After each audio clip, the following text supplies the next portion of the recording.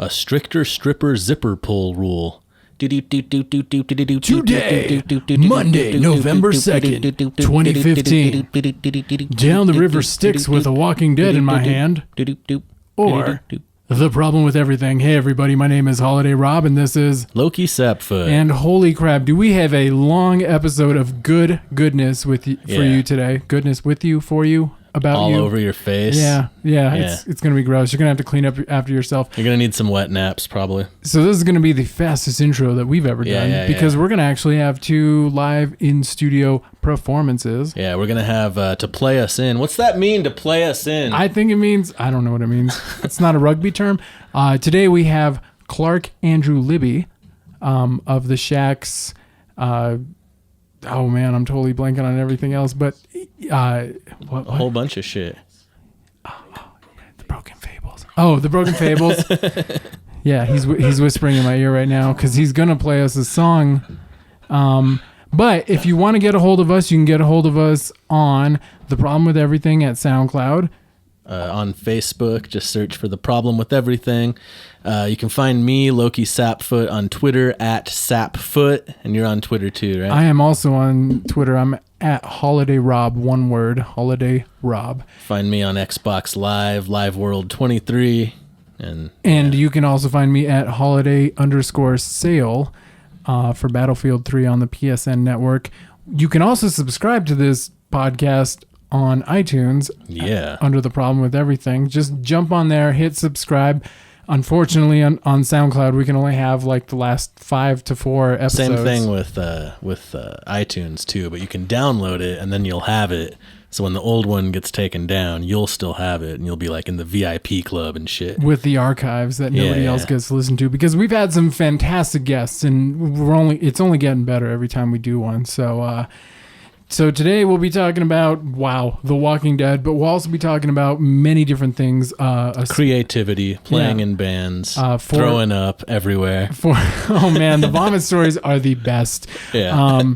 We'll also be talking about the 4-track club. You're not supposed to talk about the 4-track club. That's the first and second rule. God damn it, Rob. Listen to the rules. But to play us in, I'm going to let the man introduce the song himself. This is Clark Andrew Libbey. And what is the name of the song? This song is called Evelina. So we're going to go ahead and play this song for y'all, and I hope you enjoy it. Word up. Enjoy. Peace. Evelina. Evelina. Evelina, Evelina, the dancing with jesters, they wandered through this town.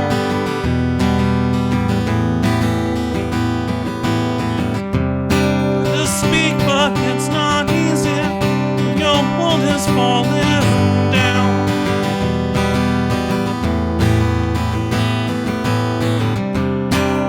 Precious gods, I've got to tell her everything I know.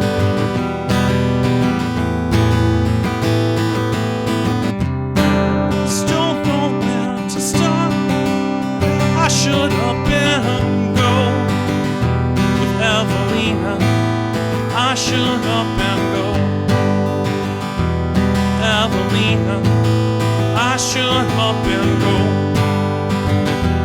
Evelina, I should up and go. Evelina, spread your gracious wings and gently float away on your next breeze.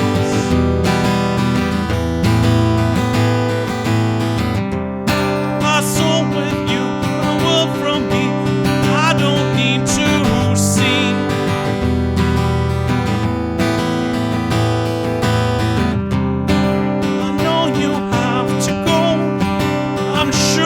Make you wanna stay.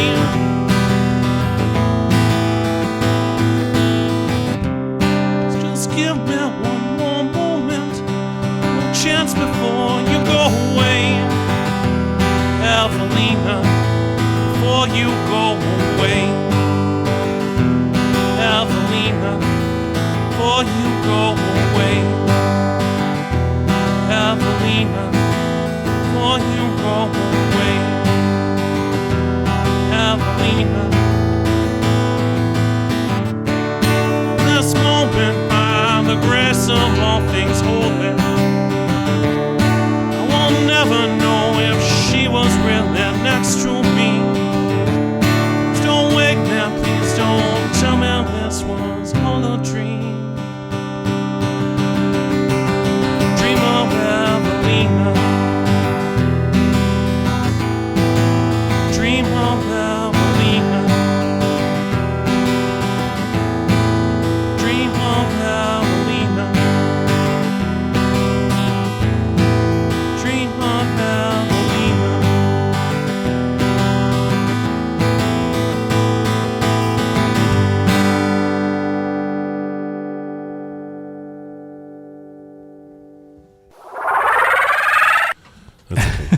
I was like boning up on my chords. I was like, oh, it's got the cold chord chart there. There'll be no boning in the problem. Well, all right. Fair enough. Like the Fair champagne enough. room. Like this that. is not the yes. Let me use my pop screen. The pop filter. I want to come across as a P-Pop Wilson. Pop. Pa. Pibbity pow. We Yeah. just got one at the place where I record for my albums and stuff, and like I'd spent the whole last album that Food or Cash album. Like when I was gonna do a P, I'd have to go like this. And go, "Puh," Turn away. you know, "Puh," you know, like I'd be I singing, love your like rocking out and be picture. like, picture, yeah, you know, it's just like, you know, it's like, damn it, why do I have to remember this? Why don't we just fucking buy a $10 pop filter? You know, I'm gonna take you out to Papa Do's. the best was that I worked at one studio where we didn't have a pop filter, so we took Pantyhose a and a coat hanger. hanger and a pantyhose. Yeah. That's old school. Yeah, I got all kinds of old school studio stories. I mean, that's what this basically is, right? It is all it yeah. is. Yeah. It was my old nylons that I refashioned after I decided to stop cross-dressing. At a least they're not similar- fishnet. It's like the same way that Pringles happened when whose joke is that? It's like Mitch a Mitch Hedberg. Yeah, he's like, I think they just got. they were gonna make tennis balls, but they got the day the potatoes. balls were supposed to come, they got Pringles, or they got Potatoes. so they made Pringles. Fuck it. We make potato chips now. We'll make potato chips. Yeah. So hey everybody, how's it going? Are we recording? I think we're We recording. are. I don't know. All right. We're so It's professional. happening. That's It's awesome. happening. This is Holiday Rob. I'm here with Loki and Sapfoot. today our guest is. Why don't you say your name? sir? Clark Libbey on the online things for my solo stuff. It's Clark Andrew Libbey, so my full name. So Cal. You just call me Clark. Clark. Pleased to meet you, Clark. Nice to meet you too, So, low key. Musician extraordinaire. Is that like low key, like the mythical figure, or is it like low key, like you're low key? Oh yeah. All right, all of the above. awesome. Yeah. It's like the alchemy of it. It's like you know? Asgard, man. It's awesome. like you come across low key, but you're also the god of chaos. God of chaos. Yes. Yeah. Yeah. All right. Good. So kind of the underground god of chaos. The scary yeah. ones are usually low key. They Sneaks up. I Yeah, bottle yeah. it up until until the right moment, and then explode with fury. But when I don't explode, I just squeeze it out of me and put it in an essence in a bottle and then yeah. bottle it up. I don't know. Oh, that Tried was there. terrible. Yeah. That was really I don't- bad. I got a closet full of essence. So Clark moved here. Well, I listened to your KUNM interview, so Yes. I got a little. Oh, right. Yeah. I Just got did s- that I the got other day. I got some of the underground stuff. You did. How many songs did you do? 4 or 5? On the latest album, it's called Food or Cash. I did 5 songs. So Okay. a little kind of a extended play, I guess you call that. Yeah. EP. Definitely extended. Not a long play album, but it's I like to keep them short. I don't really need to spend a year recording an album, so I'd rather just. And do you a don't need couple to. You don't need to take an hour out of somebody's life to get something across. Well, I don't think people are buying albums anymore. I mean, They don't have it's the attention span. Yeah, they don't have the attention span, so I'd rather just put out more of them that are Yeah. shorter. Right. I think that's a good strategy. Yeah, I just That's what we were trying to do with the Batwings thing that we were trying to do after Rob left. Mm-hmm. We were putting out an album like a song at a time. And Right. The idea was like every week or two a new song would come out. So we could focus on one song at a time and make that the thing. right. But And then- and that's the way to do it. Yeah, I mean, you just listen to big artists; they're just putting out singles online. Yeah. I think that as a local person, I think the cool thing to do now is to put out videos. You put out, like, you write the song, put out the video, and have a video release party. Because I think that's the whole trick. Is the whole reason I wanted to do this album was just to have something to refer to when I was doing shows, like a CD release party, that kind of thing. And if you can, that way it builds more fans for that particular show. And I think video releases do the same thing. Make everything an event. Yeah, it's like everything's got to be an event these days, or nobody's going to show up. Right, you know? right. So, well, that's kind of why. Well, that's not why we started doing the podcast. We just started doing it because we love doing it, right? I mean, I was bored. Yeah. And angry. I needed an outlet. Is that a was? Yeah. I mean, that's a dangerous combination, but put in the right, redirected. Did It you was watch? either like making Molotovs in the garage or doing a podcast. Right, Those right, were the right. options. So the FBI quit watching you after you started the podcast. They're like, he's harmless now. They're like, He's got an outlet. yeah, He's good. he's putting his energy to good use. Yeah. But yeah, no, like that's the thing, because it's not about like what you're making anymore. It's just producing. It's just producing. Make content. Content. That's Content. Yeah. And Have you made your content this week? Well, and I don't think anybody's making any Made a money big off content this anymore. morning. Right after No. I woke I up. mean, Stunk. who's making money off their content as a musician anymore besides the big huge artists? What was it? I think, and I'm going to get the numbers a little bit wrong here, so I'm going to just deal with it. What's that? Get happy, come on, get happy. Oh, yeah.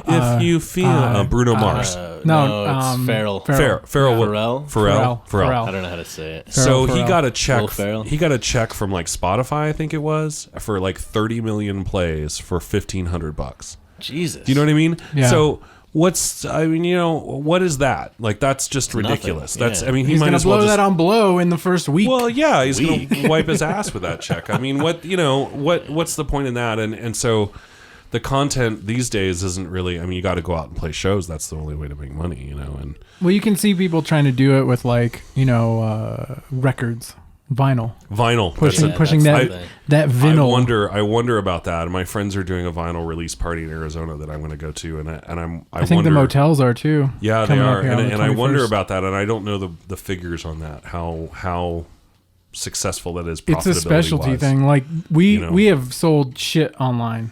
Quietly Kept has. Yeah. But we have sold well over 200 CDs. Yeah, Like, I mean, that's with touring. That's like playing almost every week. That's Right. like, being out all the time doing shit. yeah. And those sell better than, I mean, we had these download cards, which are like, doesn't- they don't move. They don't Someone's fucking got to move. follow through on that. They put that in Yeah. their pocket. Right, yeah. I got to go take this That's- home and get on a computer and log in and punch things into a screen. Yeah. It's too much. I mean, I've been selling some of the CDs because, like you guys, I try to play as often as possible, and I try to play out of town and stuff. But I don't know if I get to 100. If I get to 100, I'll be thrilled, Yeah. and I'll break even at that point. I'll be thrilled. Let's talk about this. So Clark has quit his job at did. the corporate ass raping place How? of How is this possible? Well, I'm old. That's for part of it, and I worked in insurance for like 13 years. So now he's So- gonna jump into just like, or he is currently doing the music thing full time. As of August, yeah. The balls. Yeah. Yeah, there's Testicular so fortitude. I saved some money, and definitely, I mean, that's part of it. You know, you can't start a bad is business that? without having something to start it with. Capital. And I got this album together, and I decided that I just couldn't take it anymore, and I figured I'd give it a shot. So I'm trying. It's hard. It's a lot of fun, but it's really scary as far as like if you're somebody like me who's always had a regular income, and then all of a sudden it's like boom, you're just out there, and it's like you got to go work your butt off to get $50 at a gig, and so it's difficult. I'm playing tons of gigs. I think the trick is at this point I got to figure out how to play the gigs that make more money and not play the gigs that don't make any money. You know what I Yeah. I mean? feel like the ones that Yeah. make money aren't as fun generally. They are not. It's They are usually not like at all. Going to be a wedding or like a corporate. I like kind weddings. I do like. Actually, I have to say weddings are a lot of fun. Yeah, well, maybe weddings. Because is a the one bad thing about, and example. I played some weddings. I've played, I don't remember, one or two with Youngsville. I filled in with them on a wedding. Alright, yeah. And We had Carlos on. yeah, Carlos is great, and It's tall. he is tall. Yeah, hence the moniker Carlos the Tall. Right. But the one thing about weddings is at least everybody's excited to be there. They're all drunk. they're all dancing the whole Yeah, time. yeah, it's so you could play the joyous. crappiest, like worst thing in the world, and they're like, "Oh my god, you're the best band ever." And so that's kind of cool. But the things that get to me, like I've done the out of town like brewery gigs, and occasionally the in town brewery gigs, where just folks are just way too cool to clap, and Or even look in your direction. or even look at you, and you play for 3 hours and you get paid really well, and I love it, and I'm totally grateful. But there's a part of your ego that says, "Oh man, could you just like for a second just be like, hey man, that rocked," you know? And hey man, I'm not doing that right now. Yeah, Good job. Yeah, you know, and I remember one I played for a couple hours at a brewery, and nobody paid a single. I mean, it wasn't a single clap in the whole 2 hours, just nothing. And as I was packing up, like 6 people came up to me and were like, "That was awesome. You were great." And I'm like, "What? Where were you? You know, like what? You were just too cool to stop your conversation for a second and go, you know, give me a golf clap. Right. You know, that's all I care about. Just like, hey, you exist. I let you know. I let you know the song ended. You knew the song was over. Yeah, I would throw in little extra turnaround just to make sure you had the clue that the song ends. It makes a huge difference. We have played a couple different places that don't pay. You know, they give you free drinks and stuff, but like when we're scaling back on those shows because they're bullshit after a while. But we played one show and we thought, oh man, this is all like restaurant eating crowd. They're not going to do anything. First song out, they like clapped, they applauded, and it changed the whole dynamic of the rest of the fucking night. Like we were ready to have like the most, okay, we're just going to slog through this and get it over with and go home and be able to enjoy ourselves afterwards. And after that, it was like, no, we're here and putting on a fucking show. Shit is on. People are watching. We're putting a show awesome. on. Yeah. No, and I played a gig recently at the Golden Crown. The Golden Crown Panaderia is starting to have gigs outside. Where's That's that? cool. Where's that at? Not Golden Corral. No. Golden It's Crown. on Mountain like 12th or 13th or something. Yeah. It's a bakery. Cool. Yeah, it's across from the bakery. It's actually It cooler is than the a bakery. bakery. It's got like 30 some import beers and like wines and stuff. And Oh, like, really? what and the they hell? have Why have I pizza. not been there? I'm I knew telling they you, had and that's pizza. that's why they want to have delicious. bands, is because they want to get this across to people. And I feel like Hot waffle. I feel like I'm That sounds awesome. advertising, but I'm going to get you guys. I want to get you guys playing there. And so I played there, and it was kind of an older crowd with kids because it was out on the patio, Right. and they literally come out from the adjourning, like when they hear the music, they come out from the houses across the street. They're like, the hills have eyes. Yeah, and it's like, and they come and sit down, and I'm like, I literally started, there's like 5 people there, and then within 2 songs, there's like 30 or 40 people there, and they were just clapping and totally like paying attention, like not talking for every song. And I was like, okay, this is kind of creepy. You guys can talk, you know, like I don't need that much attention. But it was a blast. I mean, it was so nice after playing like at this brewery gig the night before, where just nobody. Everybody's cared that too I was cool there. for fucking school. Yeah, well, that's fine. And you know what? I mean, that's part of it, though. I guess if you're going to try to make it, you gotta get that ego out of there. You gotta if you're getting paid, take it have good fun. with the bad. yeah, it's like, you know what? It's a restaurant gig. I am here to just be entertaining, and it's not my job to take up their whole evening. They want to come here and talk to each other, Right. and they want to hang out. Let them do it. Like, I'm just gonna play crappy covers in the background, and that's. But message to part the of it, message to the audience: if you really want to see a show, give something back to the people who are performing to you. Like when you give a little bit, like they give a lot more. It does help. It makes a difference. Like I love it. You know, like I'll go think through the motions. The audience has to break the ice, right? In a way. kind of, Because we're going to do the show regardless. Yeah. At least we're not. At least we're not stand-up comics. Do you know what I mean? That's because it is completely dependent on the audience when you're a stand-up comic, and I feel terrible for those people. Like, at least I can be loud enough that I don't care what you think. Right. You know, like if you I got my rock play band, the song well. yeah, I got my rock played band. it I'm well, like, you know fuck what, 'em. you guys, I'm practicing. You're not clapping, so I'm turning the fuck up. You know what I mean? It's a lot harder to be like, you know? oh, I told the joke right, so fuck them. Yeah, exactly. Yeah, didn't well, laugh, I told it so- perfectly. You know. Now we're moving on to Holocaust jokes. Thanks a lot, crowd. It went like this: slavery, Holocaust, 9/11. You guys. Yeah. Well, and I think we talk about, it's like you said, like it's a message to fans, but I have to also say it's a message to musicians. Yeah. You know, we have to take some responsibility for putting across a product that's enjoyable and fun and is worth them paying attention to. And that's kind of really the point. I mean, it's like, it's nice to be able to say, oh, the crowds these days suck. And they do sometimes. There's a lot of too cool attitude with bands, Well, too. the band is really responsible for that. They can be, a great example is bands will go into a place and they'll play too fucking loud. You know, and they won't have There's any, a lot of that. They won't have any concept of like, oh, dynamics. This is a tiny room and I have a Marshall full stack. You know what I mean? I take it everywhere, bro. Yeah, and you know, well, I don't get my tone unless I turn it up. Like, all right, yeah, I get it. That's fine. It's a Marshall. You get the tone no matter what you do. You get that shitty, thin, ear-burning tone no matter what you do with it. But it's also incumbent on us to have that. As I said, take the ego out of it. Look at the room, look at the people that are there, try to be an entertainer, try to be somebody. Engage them. It's not their job to like you. It's your job to get them to like you, you know? And it sucks, but it's the truth, you know? I mean, that's just the way it is, you know? So. I mean, it is like kind of, I'm the salesman. You're walking into the place, you're like, hey guys, what is it going to take for you to enjoy what I'm doing today? Yeah, absolutely. And, you know, I think if you look at a lot of successful performers, they have a good stage presence too. You know, there's exceptions to that. Like Smashing Pumpkins put on the most boring show I've ever seen in my life because they all stared at their shoes the whole time. But, you know. But it was awesome. Well, that was they had the problem. That was at the I think third Lollapalooza, I think, where they were switching off with Beastie Boys for the headlining spot. Yeah. So it was like our show, Smashing Pumpkins was the headliner, and Beastie Boys were right before them. And then the next show that they would play, they would switch that.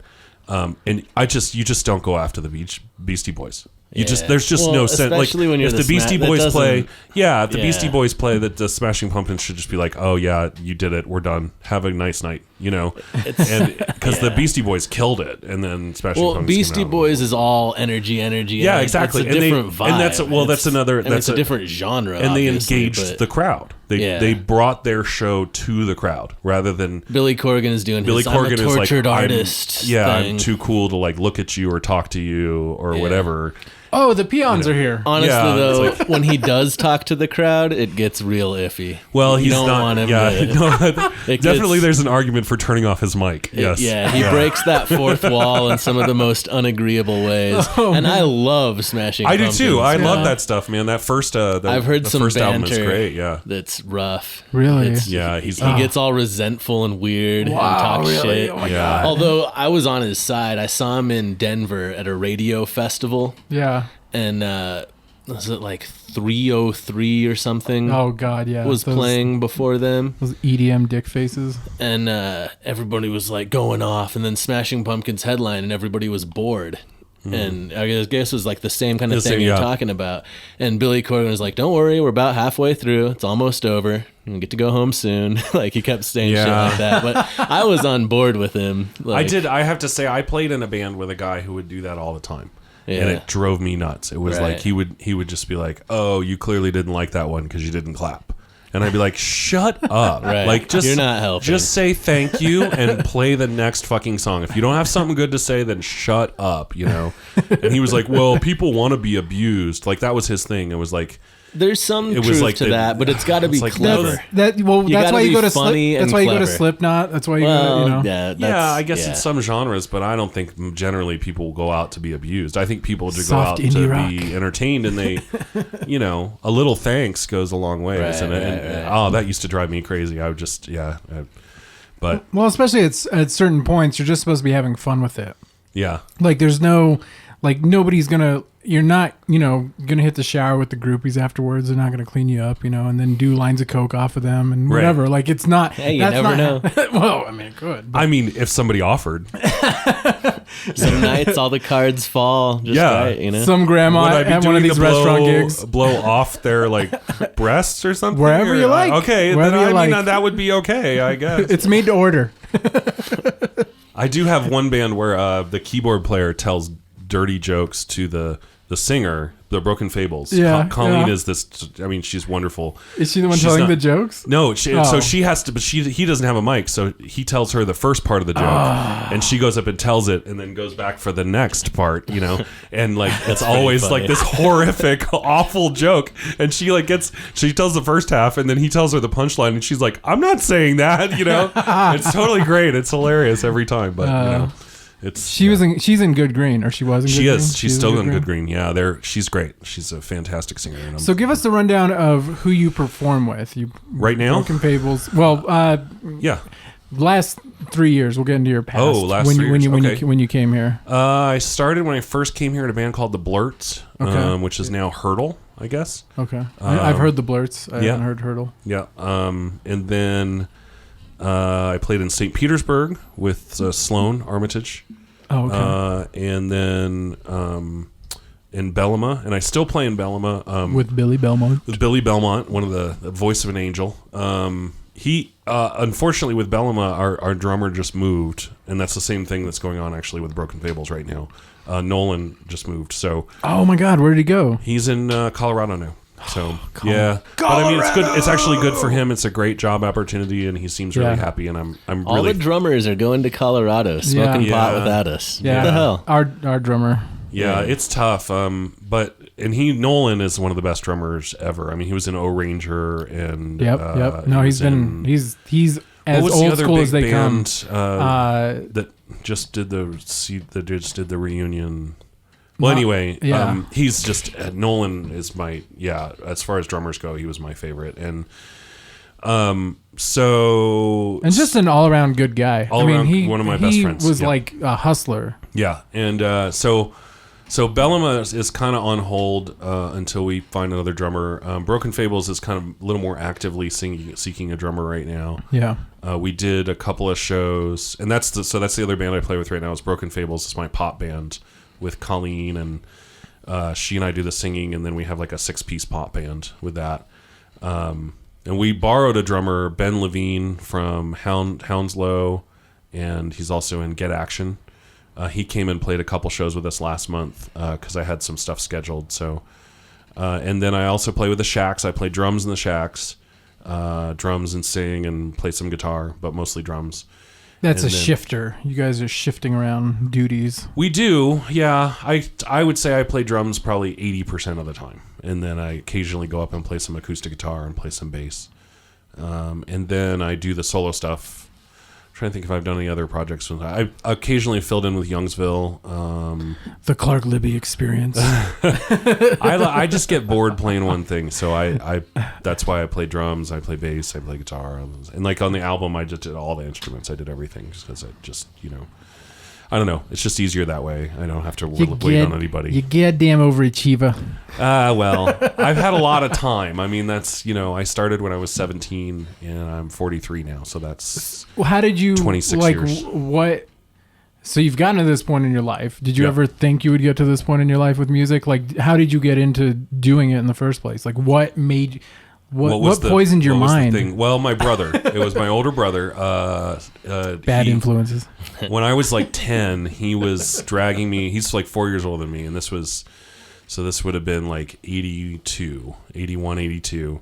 And he was a big punk rocker, and he would drag me into his room and make me listen to like Dead Kennedys and Bad Brains and Minor Threat and Black Flag, all that stuff. And then he started getting into guitar, and he was a guitar player in a lot of bands. And so I was the little kid brother that would carry equipment in so I could get into the show at 16 years old. And then at 17, actually a really clear experience for me was this band called Bulbous. My friend Dave Schwinn was the guitar player in that band. Bulbous. And their bass player, Bart, was... Yeah, Bulbous is the best band name. It's a really great band name. They were this progressive rock, like kind of, I don't even know how to describe it, really hard, heavy, like Steve Albini kind of progressive rock kind of thing. And I was 17 years old. I went to a house party that they were playing, and the bass player was like this Mike Watt, total badass. And he broke his low E string on the first song and didn't have a replacement. And so just played the rest, just transposed the rest of the show and fucking killed it. Like, it was just like people were going nuts, and he was dead on the whole time. And I told my brother at that show, I was like, I want to do that. Like, I want to play bass like that. I want to be that guy. And the next day I went out and bought my first precision bass and a bass amp and started playing bass. So that was the first thing that I wanted. That was when I first decided I wanted to do it. Homegrown influence. Yeah, it was a shitty house party, a shitty punk rock house party. So that was Cincinnati. That's what we did, was the big house parties. That was the whole deal. So then fast forward, you have been in Albuquerque, like New Mexico in general, for 3 years, for the last 3 years? I did. I moved out here 13 years ago for like a year. Oh, okay. And then ended up moving to Tucson for 8 or 9 years. You're like, I love the heat. I do. I'm really kind of done with the cold weather. And then moved back here, but a little over 3 years ago, 3.5 years ago. So, and I love it here. It's great. It's a fantastic place to live. So, and I get to play with great musicians, and I have really good people around me. So I'm thrilled. Awesome. But yeah, so. I can't go back, though. I can't go back to Ohio. I love Cincinnati. My Cincinnati friends are the best people in the world. My Columbus friends, I have some great friends in Columbus. But, boy, the gray weather, like, I don't know. I just can't do it. It's like, it's just not acceptable. This bird's never going to the Pacific Northwest. I love Portland and Seattle. Those are great, wonderful, beautiful, awesome cities. I have no interest in living there ever. Yeah, it would be rough. It's just too depressing. When it rains here, I just stay in bed. I just don't even get out. When it rains here, I celebrate. Yeah, well, everybody else does. I'm not into it. That was great. Yeah, you were talking about this actually on the KUNM interview. We're gonna bring up everything that you were previously. Oh, right, in my previous interview. Yes. But the first track off the album you were talking about, Till the Rain Stops. Yeah. Yeah. No, I don't like to have it's all about stopping the rain, but it's really not about rain. It's about other stuff. But depression. It is about. How did you figure that out? Oh, well, melancholy, I guess. It's actually about depression, trying to get out of being depressed. So, which I think we all have to work on. So yes, which is why I'm currently drinking a depressant, Four Roses, right? Small batch, Four Roses, small batch whiskey, Four Roses bourbon, brewed in Kentucky, straight out of Kentucky. Are you looking for a sponsorship? Yeah. You gotta have a bourbon sponsorship. We do that all the time. Whatever we're drinking, like if it's beer or whatever. If you're gonna get a sponsorship, get like Distillery 365 to sponsor you. I would love to. And they could like bring over some of their liquor and they're actually working. Like mason jars. They're actually working on like a whiskey that's a 2-year whiskey. They're only 3 months in, maybe 4 by now, but like, and I probably shouldn't be saying this, but I got like a taste of it, and this Four Roses is the closest thing to what it tastes like, because it's not aged yet. It's still really young, but it still tastes really good. And the whole night I kept like burping it up, and I was like, "This is amazing! I love this. It tastes great." I'm tasting it over and over and over again. One time when I was a little kid, I was drinking Ecto Cooler, the green Slimer drink, high C drink. And then I got sick, and I threw it up, and it tasted exactly the same because it's all I had in my stomach. Oh, that's terrible! And I still remember that's the best puke I ever had because it was like fresh. It hadn't fermented or anything. Right. It hadn't mixed with anything else. Cool story, bro. There's been good pukes since, like drunk. Right. And you're relieved. The refreshing. That's good. But thank God. But alcohol poisoning has stopped. That sticks in my mind as a pristine vomit at a young age. I remember that stuff. Yeah. I was in Berlin once and smoking a bunch of hash with a bunch of punk rockers, and that was that vomit was a really helpful. That was like my favorite vomit ever. Was like because after drinking like pitchers of really dark German beer, and then they just kept passing around hash cigarettes like they were like candy, and I'm like, well, okay, like I'm when in Rome, and I just and they were playing. I remember they were playing Dred Zeppelin the whole night. Sounds like a weird in this scene, man. Shitty East Berlin bar. And I got out at like 4 a.m. There's no trains, and I had like 500 marks on me, and I was just I had no idea where I was. I was like, oh fuck, I have no idea how to get home. I've never been to Berlin before. Shit. I'm just totally high, and I was like, I don't know what I'm gonna do. And I found this cab driver, and he was like, I'll take you back. And he was my lifesaver. He just hooked you up. Yeah, he just. I was like, I think it's over by this place, and he's like, oh, I know exactly where you are. I'll take you there. Nice. And but Yeah. That's amazing. No. That was a good vomit. That was a good. I mean, if you're gonna reminisce about vomit, I'll go there with you. That's cool. The cleansing. That was a long time ago. I don't do those sort of things anymore. There are some good vomits. There's been some good ones. Yeah. Usually, my favorite ones are usually the aftermath. Like the aftermath is usually what I really enjoy. Like one time I was in LA and they like get me fucked up every time I go there. Like there's a bar down the way that my friend Nate and Jill, they hang out at. And this one night, I guess I locked myself in the bathroom. And when I woke up, I had like crusty hair and was still feeling kind of funky. Got out of there. Jill was like, I cleaned up the bathroom, Rob. She was like, I got everything done. And then I looked at the back of the door and there was like a handprint. The bloody handprint. It's like the vomit filled handprint. I guess that's not my best one. The best one was when I Denny's. painted. I painted. So, you know, the old Denny's where they shot the like last season of Breaking Bad at, like the one here on Central. Before they put locks on the bathroom door, I used it one night. Because I'd been out with a friend of ours, a mutual friend, and we had been like slamming this rum and, you know, smoking joints and watching that band, the Dolly Rots from LA. And I blacked out like on the third song, so I don't remember anything. I just remember a moment where I was at that show, right? But I didn't go to Denny's for whatever reason with you guys. I believe. Well, you wouldn't remember. I don't remember. I believe that's what happened. But so I had a moment of lucidity where I remember when the waitress came up, it was like, "Don't act like you're drunk while you're ordering." And I ordered like the largest appetizer and then like a full entree, and I ate the appetizer and then disappeared. And our friend Josh like found me like on the toilet, like sitting there, you know, with the lid down, but like I had just painted the walls of the stall inside, and it took him like 15 minutes to get me to rouse me just to get me out of there. And I apparently just walked out of the bathroom, threw in my wallet, and walked home. Nice. It was cool that you had the presence of mind to throw him your wallet. That was really nice. Well, the best part about that is there was like no cash in the wallet, and my card was overdrawn. So all good intentions. Yeah. I actually threw up at the White House once. So that was one of my favorite. That's pretty good. And Reagan was president. So I felt that was justified. Good. I was very excited about that. Yeah. Do you get in trouble when you throw up at the White House? The Secret Service took me into a back room. I was in 8th grade. And we had stayed up all night playing Civilization. Do you remember that game? And like in 8th grade, that had just come out. So I was like, oh my God, this is the best thing ever. Good game. And then for breakfast, we had Shoney's, which is just the worst. I mean, it makes White Castle sound good. Amazing, yeah. And so I was just feeling sick all day, and we went to the White House, and I was going to throw up in like the red room or something, and I don't know which room it was, and like the teacher took me out, and I threw up in the Rose Garden, and then I was going to throw up again, and I ended up throwing up in some bathroom, and the Secret Service like pulled me into their back rooms and like hung out with me for like an hour while the rest of the kids did a tour. And then cool.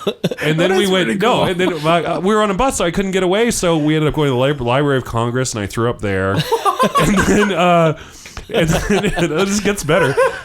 We went to the Smithsonian after a whole day of throwing up. Did you throw up on a Picasso or something? No, this is the natural history. This is the Air and Space Museum. Oh, okay. The Air and Space, which is awesome. And so, I mean, I love that shit, and I still Apollo do. 13, yeah. And they had just invented the IMAX thing. And this was the only IMAX theater in the whole fucking world, as far as I know. Anyway, I was in 8th grade. Yeah. And so we do this whole day. I'm throwing up all day, and I'm like, there's nothing left. Like, I have nothing left.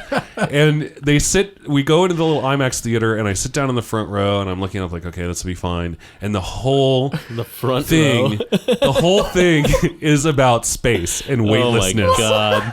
And I'm like losing it the whole time, and I like made it through the whole thing because I had nothing else to come up. And I finally, I was like, I can't take it anymore. And I walk out of the theater, and there's a railing right there, and I threw up over the railing. Now, the IMAX in the Smithsonian there is on the second floor. Oh, so Jesus. This is like down into the main area where everybody's walking around. I was like, ah. And I just ran. I was like, I'm out of here. Like, nobody's going to find out that I did that. So Yeah, so now you know. That's a secret that no one knows. That's the best story ever. Upwards of like 7 people are going to listen to this. There's some of my grade school Facebook friends are going to be like, oh, yeah, I remember that. Yeah. I remember that. No, Clark was really sick that day. Yeah. If you were at the IMAX, the Air and Space Museum, Smithsonian back then, and you remember getting rained on, and it was unpleasant, this is the gentleman that just give me a call. Did it as a boy. Give me my number. In fact, you should listen to his music. nothing. I guess better that's not to really promote. a drunk vomit story, but still. No, but it's an incredible vomit. I mean, I was my really, high C vomit. I was like 7. There you go. Yeah, yeah. I wasn't slamming whiskey until I was like 8. But wow, yeah. Hands down, hands up. Hats off. Wave yeah, your well, hands. it was Reagan. Fuck Reagan. So, guy was an ass. Trickle down economics. Oh, fuck that guy. You showed him what it was all about. Trickling down through the rose bushes. Yeah, whatever. That's amazing. No, I mean, how many people get to say that, like outside of the Secret Service, who were probably like banging prostitutes? Well, didn't he throw up at the state dinner, the first Bush? Yes, on the threw up emperor. State dinner on the Chinese, he's not an emperor I thought it was anymore. Japanese emperor. They don't have emperors Prime Minister, anymore. sorry. Yeah. The emperor, Hirohito, was like the last emperor. He was in World War II or something. Yeah. Yeah. So I was part of the cult, so. Oh, we were? Okay. But yeah, the prime minister, Chinese or Japanese prime minister, he like had sushi or something and threw up on him or something. I don't know. That's awesome. Yeah. I think that was the first Bush. It might have been the second. I don't know. Yeah, no, it was Herbert Walker. Mm-hmm. Good old Herbert Walker. Good old H-dub. So what's the plans for the future? You played a couple songs at this show we saw, speaking of 365 Distillery. What I've kind of noticed a theme in some of them. There's a lot of longing, a lot of, would you say you're a happy person? I am. Yeah, I'd say I'm a pretty happy person. Oh, good. Partly because I have the outlet of getting all my depression out in songs. See, I don't have that anymore. Yeah, it's nice. And that's why I hate being awake. Right. No, it sucks. We're trying to get him a therapist. A new band. Yeah. What was it? Tingly Beach All-Stars? Tingly Beach Dub All-Stars. I don't think I write anything that's real, like, I don't know, groundbreaking as far as lyrically, like, I don't know, getting across some sort of grand ideas or whatever. But I think there's some basic truths that I think most people can but there's also relate to that you can write about. It's the basic, like, the unrequited love. There you go. Yeah. Yes, unrequited love. And, how classic does that get in rock and roll? Guy with a guitar singing to the girl who's probably never going to hear it. Right. And I talk about one of my songs all the time, like Songs of the Riverman. I don't know if you know that song, but it's sort of vaguely about the idea of trying to get across the river Styx, but not having any money. You know that in Greek mythology, you got to have they put the coins on your eyes when you die, so that you have something to pay the riverman with. Right. Charon, I think his name is. I may be wrong. I may be wrong about that. Charon. Yeah. And so this song was sort of about like being buried with your band, like the old Chinese emperors used to be buried with their horses, with their terracotta warriors, with their warriors and stuff. Yeah. So that I could play my way across because I didn't have any money. You know what I mean? Right. And so I'll tell people that story, that it's about that. But then if you really look at the song, it's really just about a girl. I mean, it's just, that's a part of the story, but it just seems like everything I write, it's like about some girl that I had a crush on that I didn't, and it wouldn't work out with, and that seems to be, I think that's a lot of what rock and roll is. I don't think there's really all that, it's not complicated. It's not the human experience. I'm not Bob Dylan. Has so many facets. Yeah. No, I'm not Bob Dylan. I'm not trying to be Bob Dylan. I mean, but there's you're telling the story behind it, the depth behind it. I mean, like, what you have a similar thing, Loke, about like, well, when we used to do like Batwings, like, it's a little hard to like pin down like what every song was about, but you would be like talking, you would describe it as like talking to the continuum of existence or whatever. Yeah. Stream of consciousness. I used to do that a lot. And what I used to do is I had these books, like I had these little journal books, and I had like 3 or 4 of them going at any one time, and I would, whenever I was out, Because, just a little secret or whatever. I don't know if I should get into this too much, but, I get socially anxious in public, Yeah. And so for me to have something to do, because I don't smoke and I don't drink anymore. So for me to be like, if I'm playing a show, I can bring my little journal and I can write in my journal, and then people leave me alone. And I don't mean that I don't want to talk to people. I do, and I enjoy. I have lots of friends, but there's times where you're out and you're like, I don't want to be out. So so I'd write all this stream of consciousness stuff, and I would write it in meter, and I would write it with the idea that it's going to be a song, but it would be complete stream of consciousness. And then when I came up with a cool riff or something, I would throw that onto the riff, and I'd like maybe take a paragraph here, and then a couple pages later take a paragraph there.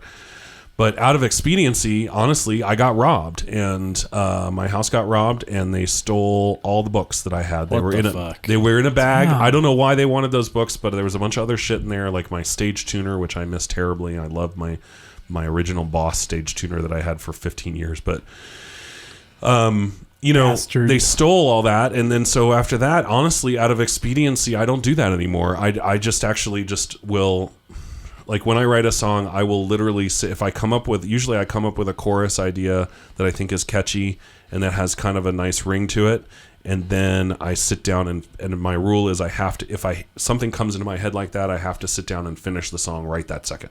Like I can't go and be like, oh, that was kind of cool, and write that down and leave it for later. Yeah, because I'll forget it. Yeah. So what I do is if I come up with something like, that's kind of a cool little melody and like kind of a hook, then I'm gonna sit down and I'm gonna write out verses, and there may be stream of consciousness a little bit because I'm just making them up on the spot like that. Right.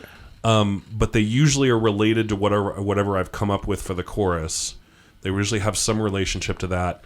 And then after I've written it and played it, and I've got my little, you guys have one of these little recorders, digital recorders. Yeah. So that's my best friend. Yeah. And so I record what I've done, and then I walk away, and then the next day I come back and look at it and go, okay, well, this is crap, or this is good. Or genius. Yeah, or whatever it is. But then at least I have something to edit. Right. And I'm not just creating it from scratch. And I have something to start with, and then I can kind of fuck with the lyrics and be like, maybe we should make this about so-and-so, or this experience I had. That has been the best thing about the digital aid for Inspirato, is like when you have that moment, you can like just capture it and then put it away later on. Before it's like a good vomit. Before you'd have to like sit there and practice that shit over and over and over and over until you couldn't forget it. Yeah.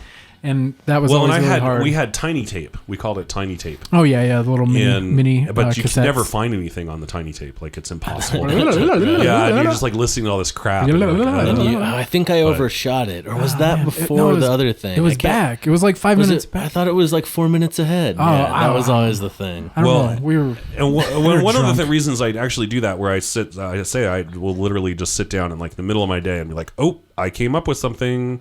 I got to finish it right now, is because of this thing we used to do called the 4-track club. Have I ever told you? I don't know if I ever told you about that. So this is, you guys are going to love this. I bet this would be totally up your alley. This was years and years ago. What was this? Probably, I'm going to date myself a little bit here. Late 90s, I'd say, early 2000s. Yeah. We had this club that I didn't start. I actually joined like the second week. And it was 4 or 5 of my friends. We were all in bands together, and they decided, we all had 4 tracks, little cassette 4 tracks, and they decided that it was like, and this had to be about 96, 97, something like that. The club was that you had to write and record and mix a song per week, and bring it to the club. And so every Friday we would get together as a group and play each other our songs and critique them, and we try to be constructive criticism. It wasn't like, oh, that harmony sucked, but it would be like, we would talk a lot. Honestly, we would talk a lot about recording techniques, like to try to get like, hey, maybe you should try recording that guitar with this. It might get a better sound, and do it in the bathroom, in the shower. Yeah, and we did this for 3 or 4 years, and so when you write 200 songs at like over 4 years, just out of necessity. Build that muscle. Pretty good. You sort of get the idea that it's like you have to just sit down and do it. Like if you don't on Sunday when you have time, sit down and do it, then the work week is going to come and you're going to be busy and you're going to be out with friends and you're going to do this. It's like, no, you just like, if I have an hour right now, I'm going to sit down and I'm going to record this damn song and I'm going to make it up, you know? Yeah. And so we would literally, like back then we had answering machines.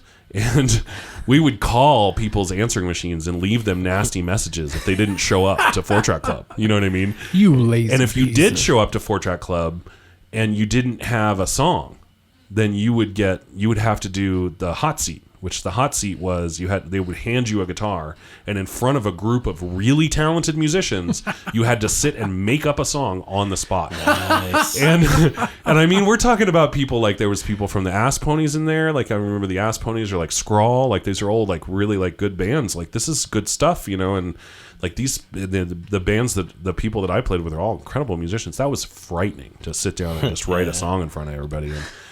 So we would do that, and then we would also do what we called there was actually another exercise we would do called the hot seat, where you have 5 minutes to write a song. You have two of you, and you have a microphone for the guitar and a microphone for singing, right? And a 4-track, and then you have 5 minutes, and then you hit record, and you record whatever you come up with in 5 minutes. You record it on the spot, just live, one take. Then you hand the guitar to the other person, and they have 5 minutes to write a song. And so it's like Exquisite Corpse. It is yeah, exactly. Basically. But Nice. and then you do that 5 times. Okay. So you have to write 5 songs in a matter of 50 minutes. Each person writes 5 songs, and Crazy. the first 2 are really easy because everybody has that riff in their head that they've just rumbling around there for. But and then maybe you have anything another with it. riff that you kind of like that. Yeah, I could throw some lyrics on. But by the third one, you're out of ideas. You have nothing. And that's when the cool stuff comes up, is because you're free and you're like, well, I just have to make something up, you know. But the 4-Track Club was that was a really great exercise, just as you said, exercising a muscle. Mm-hmm. Creativity and imagination is a muscle. It's something you train, and it's something you work on, just like guitar chops, just like drum chops. You know, songwriting is something that, and I swear maybe out of those 200 songs, I would be proud to play 20 of them for you. Yeah. The other 180 I probably would never want you to hear.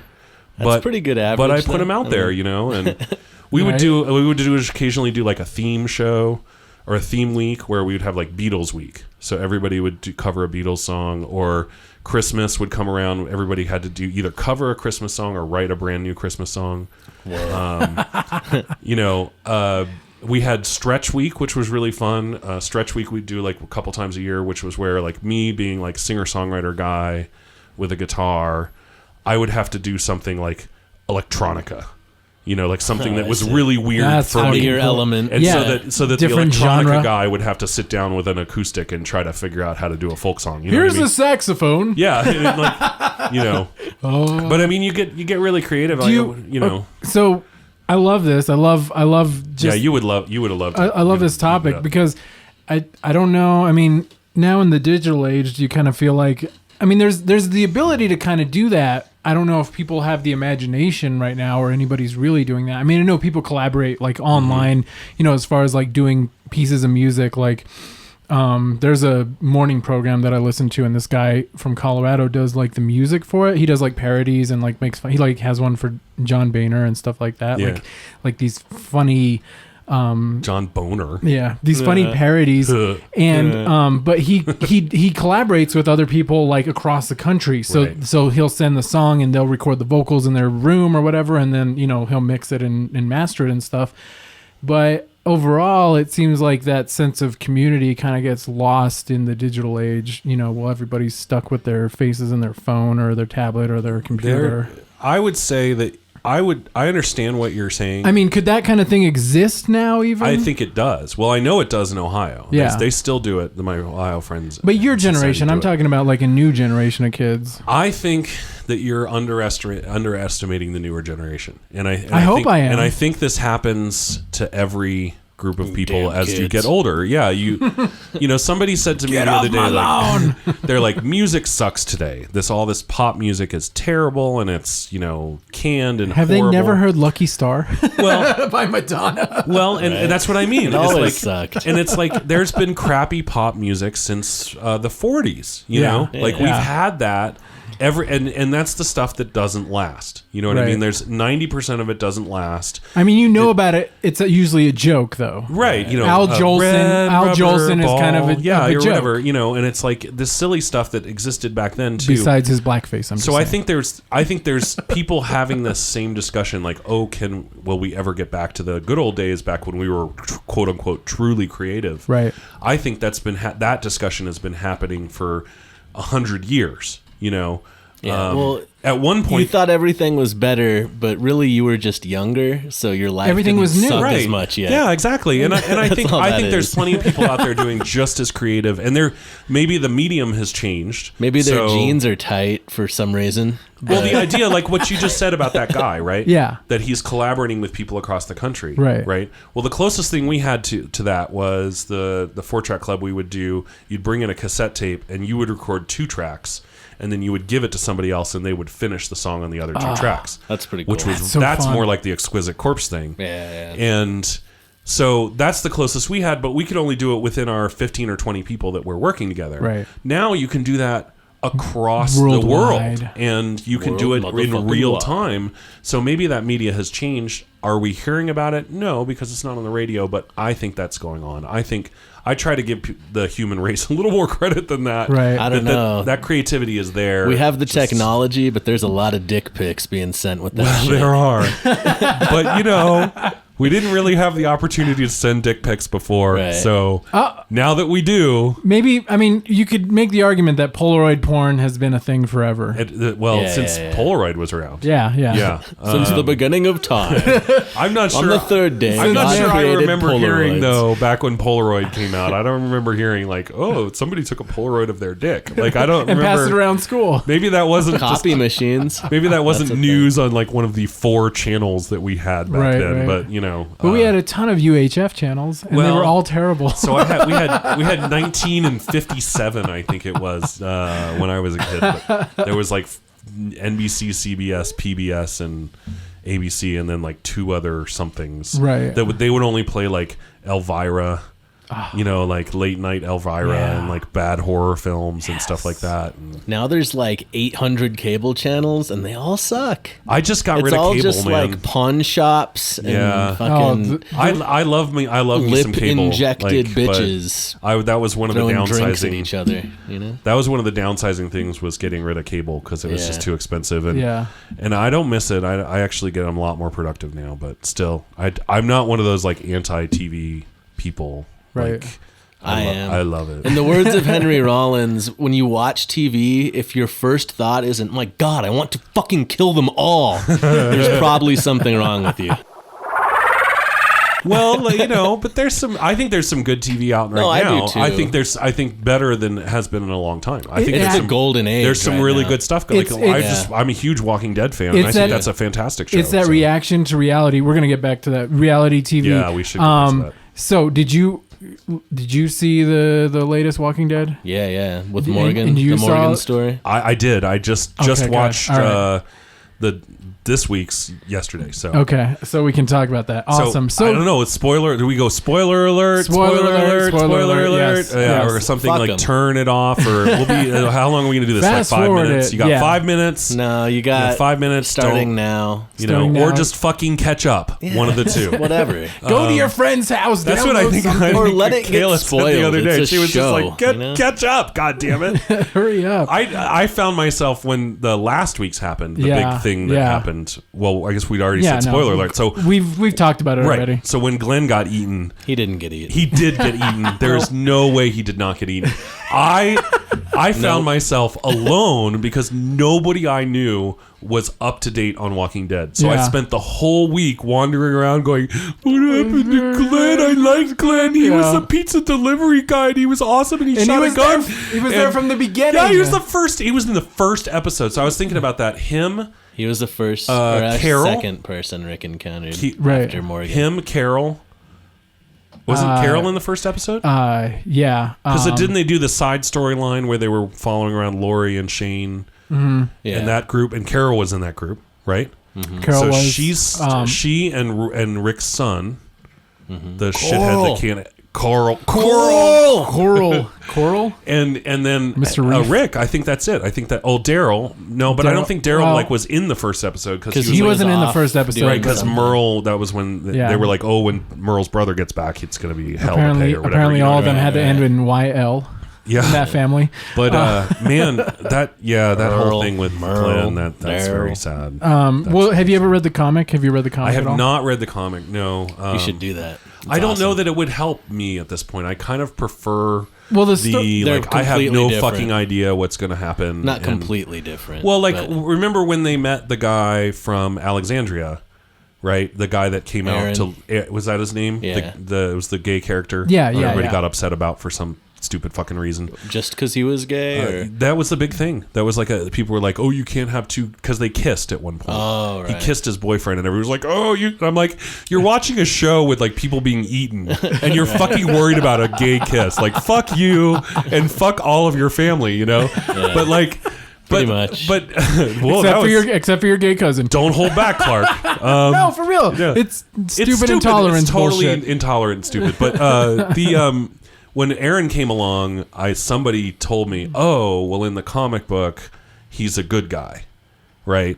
And like the story's totally different at that point, but they like kind of ruined. Like when they first introduced him, I had that whole week where I was like, "Oh my god, is he a bad guy? Is he a good guy? Is he a good guy?" Can you trust and then I read him? on like Can Huffington Post, like, "Well, we know he's a good guy because of the comic." And I was like, "Well, shit, fuck you." You they've know, like changed I don't want to things from the comic though, with the same characters that have done different. Andrea, only similarity is that her sister dies and she has the same name. Yeah. Other than that, completely She's different still alive. character, completely different story She's still arc. alive in the Well, I've only read Her up to personality is completely different. Yeah. Like, so Well, there's that's stuff good. like that, you know. Yeah, Tyrese died way earlier than he did. They last also- season. Man, that was the shittiest death. So They I have a theory flip-flop about characters and stuff That too. too, I have yeah. a which is theory pretty about cool. when people die. So it's like Tyrese is the same, and maybe this only works for the two characters, but Tyrese and Glenn both, they were trying to help people that had lost it. Right. Do you know what I mean? Like somebody that had gone over the edge. Like Tyrese was trying to help the shitty little kid that they found. I don't know, what was his name?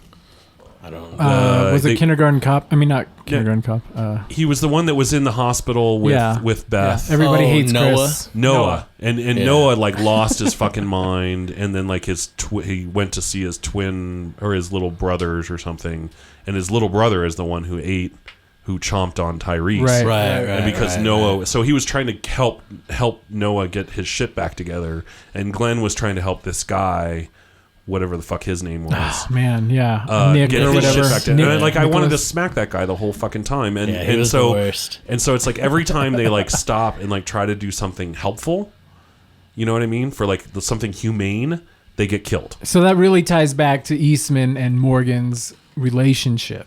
Yes, That really ties back from the newest episode. Yes, from the last episode, and then the fact that like Morgan is trying to help this wolf guy like rehab him, Right. You know, from Yeah, the but brink. he's deluded and fucking stupid. Morgan is. Yeah. You think so? Morgan's kind of a crazy person. I Yeah. think he's gonna snap at some point. Well, and how long? Well, was he has already with snapped, the- but I think how he's gonna long was snap he again. with the Aikido master cheesemaker guy? A couple weeks. Well, All right, now well, he's a all right. master So, of yes, martial arts. And, that's a kind of a plot hole right there.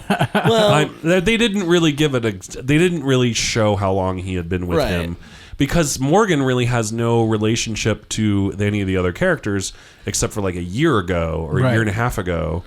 So- when they met and he was in his little town and he had his like all his spikes set up. He was Do you know what I mean? he was clearing. so they even talked about it. Eastman used to be an alcoholic, right? He kind of alluded to it. Like Did he was really? like, Did he? one night, 8 beers in, my daughter found me crying. Oh, The next day, I found an Aikido business card or flyer. Oh, right. and I it went changed once my a week life. or whatever. And yeah.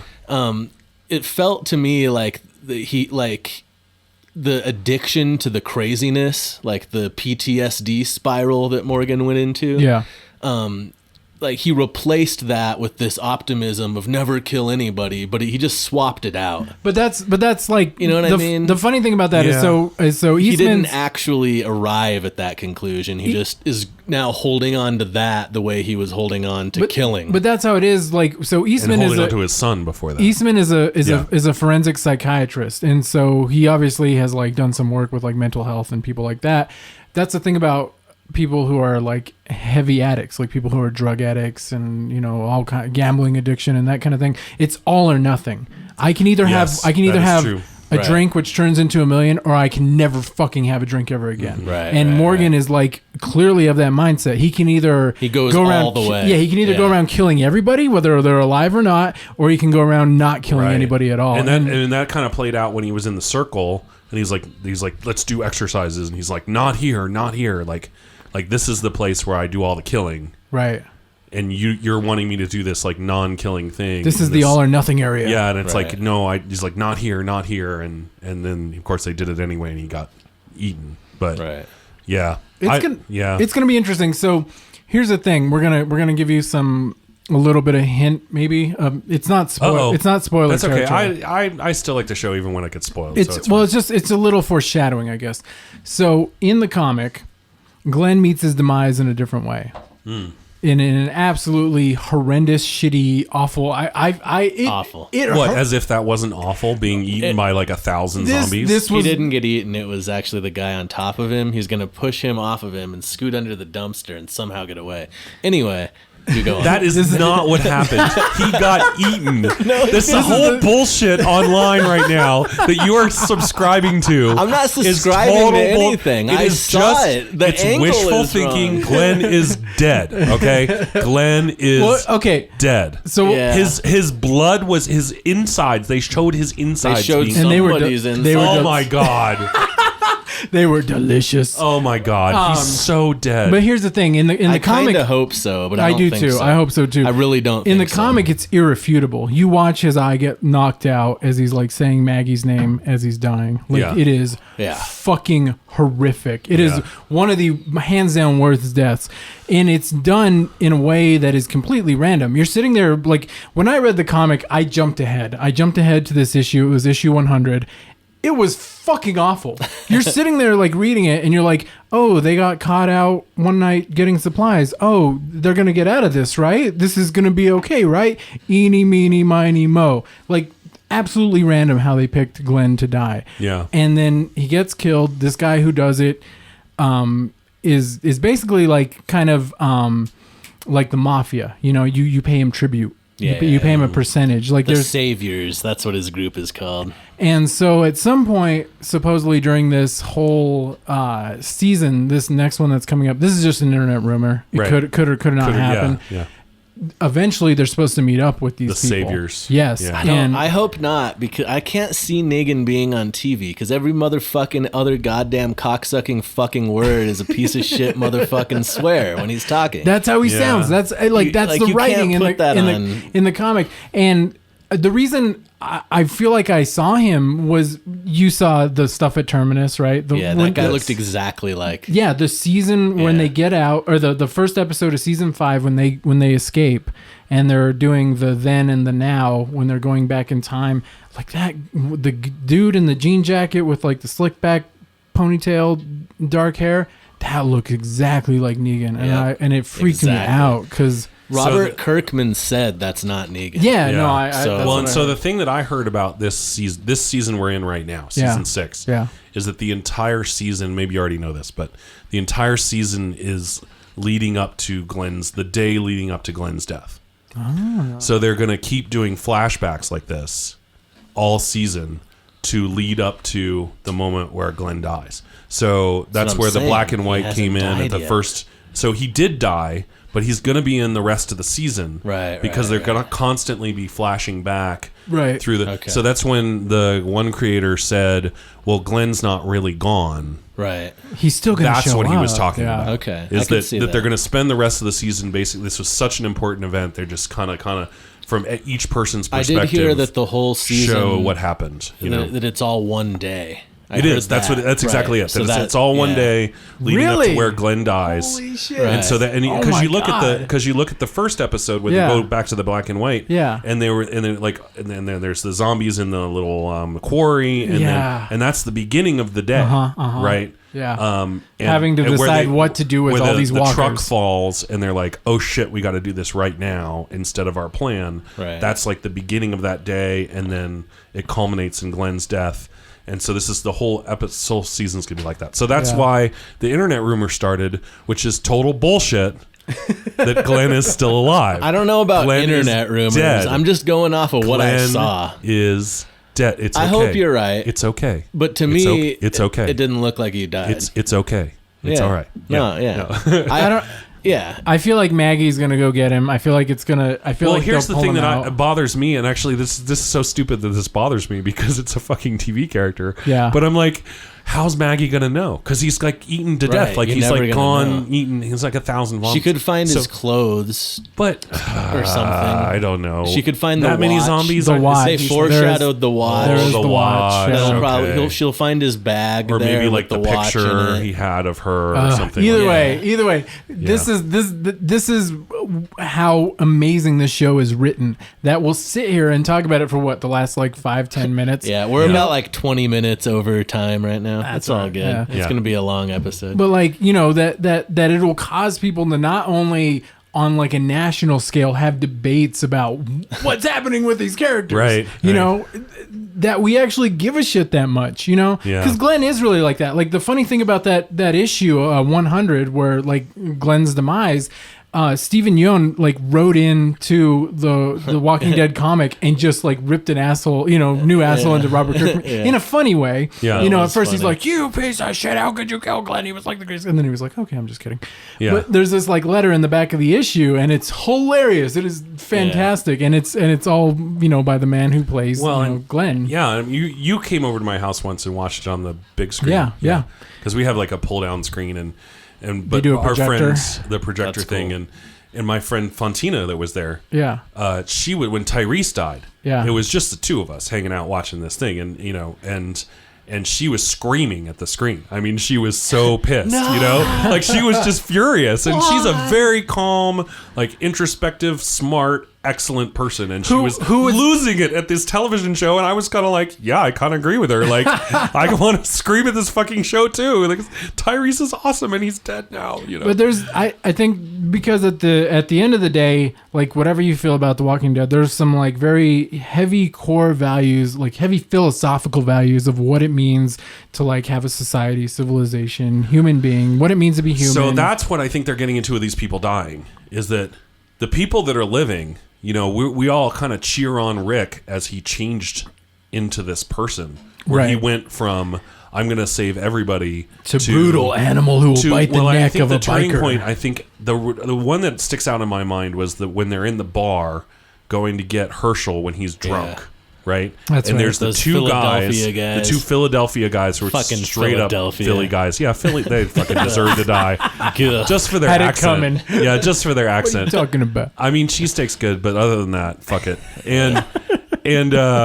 And he just shoots the guys. I mean, he's just like from the beginning, he's like, these guys are going to die. And you could feel it in his actions, And so we're kind of cheering that on, that he's like made this switch to being like this cold-hearted bastard. How far is too far? Right. And it's like, so where's that line that you become Terminus? You become the guy that runs Terminus who's hey, they came and raped the governor. They came and raped my mom. Yeah. These people came and raped my mom. So now we're just fucking killing everybody that shows up. And I feel like eating them. I feel like that's that was worse. a little. That was a little bit. That's an amazing over the edge thing. Yeah, but craziness. Yeah, but that's I think not if having you're hungry, not having read any further into the comic. I stopped at there's this war that happens in the comic, and I stopped before I got there.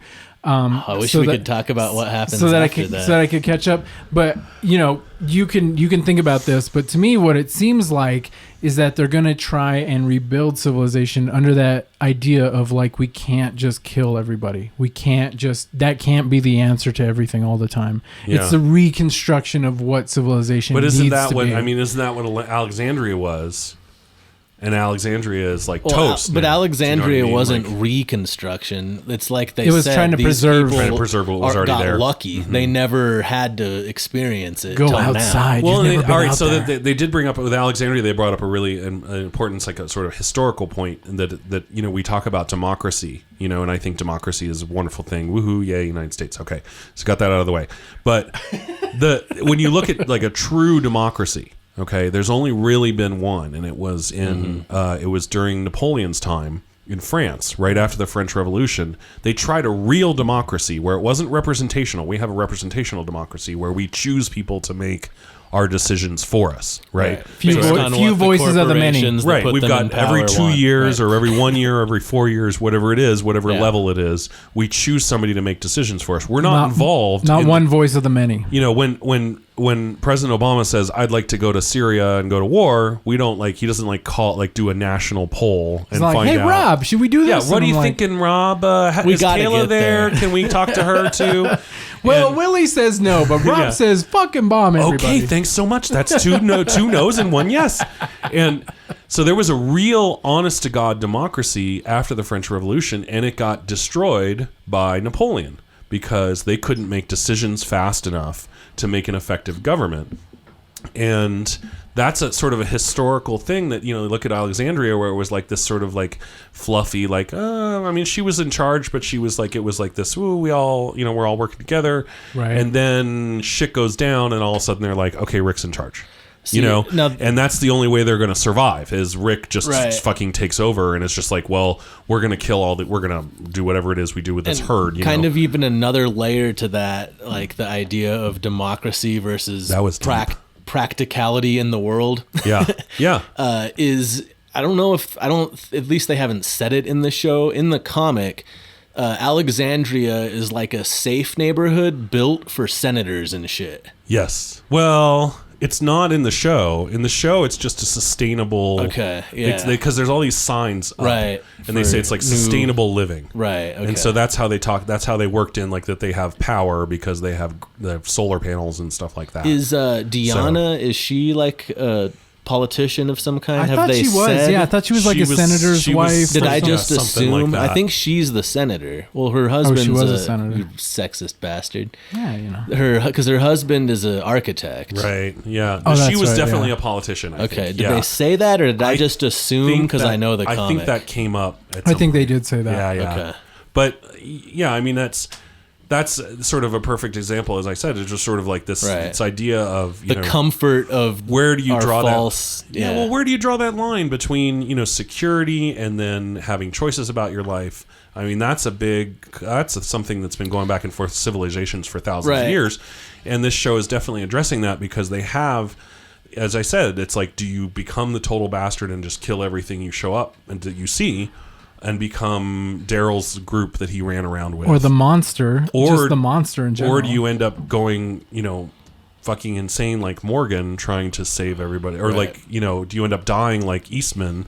Yeah, because you don't kill, because you won't can't kill anything. Soft. So where is the balance and But this is what I've been thinking about. I go hiking a lot, on the weekends. I'll get up real early and go hiking.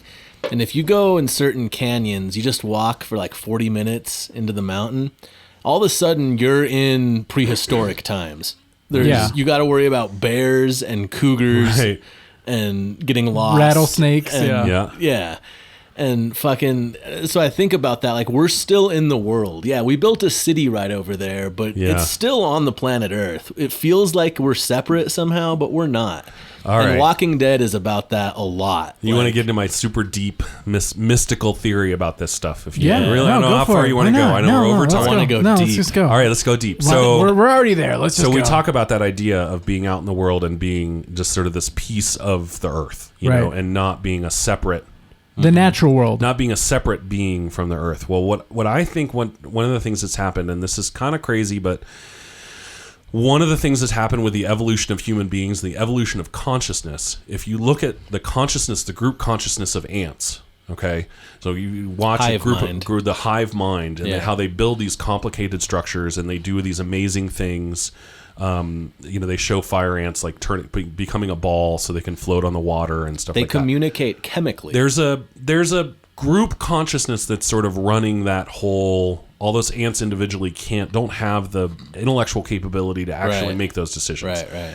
And I think one of the things that's happened over the last several thousand years, maybe 10,000 years, is humanity has developed individual consciousnesses. Mm-hmm. And so it was around, I think, you start looking maybe 1600, some of the Renaissance in that area, where we started to decide, hey, you know what? I'm separate. I'm a separate being inside my head from the rest of the world. And before that, you had, say, the Egyptians, where they would build this pyramid. You know, they were slaves. It's a horrible situation, but that was a group all working together. As a group think, they believed as a group overall that the emperor, the pharaoh was a god. Right. That was a true thing. That was not unquestionable. That was not something they made up. That was not something that somebody came up with in a back room. That was just truth, you know. And the Greek myths, for example, the fact that was it Aphrodite comes out of Apollo's head, I think. Something like that. Zeus's. Is it Zeus's head? I believe so. That actually happened to those people. They saw that. They experienced it as I'd like to think there had to be somebody being like, really? Well, and that's because our brains were the same. But our brain was the same. Our brains were not the same. Yeah, they were. They have changed quite a bit since then. And I think also when you look at the brain as far as nature versus nurture, you know, there was no nurturing of an individual consciousness at that point. You were taught from a young age, if you ended up in the army, that you would just go and die but for you the had sake of the elites, Roman Empire. You know, you still had elite, rich families, and there was serfdom that happened. They after did, that. and that's those people had some idea, and they of would kill, and they killed Socrates. And that there, right there, what you're exactly what you're referring to is kind of my point. Is that over time, it's gradually as civilizations got. Because the first thing that civilizations did not have, the one thing that they did not have is leisure time. Mm-hmm. They had no leisure time. So when you see cave paintings, that's leisure time. That's the first time somebody said, I am going to stop and just make a depiction of what happened today or the hunting thing that we did. I've actually got time from hunting and gathering and you know, making fires to stop and do that and be an artist. Right, that's the beginning of that individual consciousness. It manifests itself later as the elite who take over the masses of people that don't have it. Then you have, you know, the Dark Ages where they would use these huge Gothic structures to, like, you'd show up in the town with this huge church and you'd be like, oh my God, I'll do whatever, whoever made this structure, I'll do whatever they say because they're clearly more awesome than I am. You know, you could say that like the 60s was like the breakthrough of now we're all individuals. Well, right? I think it was before that. I think, really? Or the heaviest reverberation of it. Like there's been incantations of it. You're saying, we keep doing different things. But when when you look at like the turn of the century, like about 1900, right? Mm-hmm. We have, and this is going to sound ridiculous, we have Stravinsky's Rites of Spring that comes out. And Rites of Spring, we think of it as Fantasia. Yeah. Right? I mean, it's just with whatever. The devil and shit. But I mean, you know, but it's, you know, whatever. Awesome. It's just classical music, whatever. Yeah. When he wrote that and put that out, people rioted in the streets after the concerts because it was so dissonant and so not like anything else that anybody had ever heard. It was like Black Flag and the Ramones. It was literally like, oh my God, we're going to go burn some shit down because we just heard Stravinsky's latest piece. That's awesome.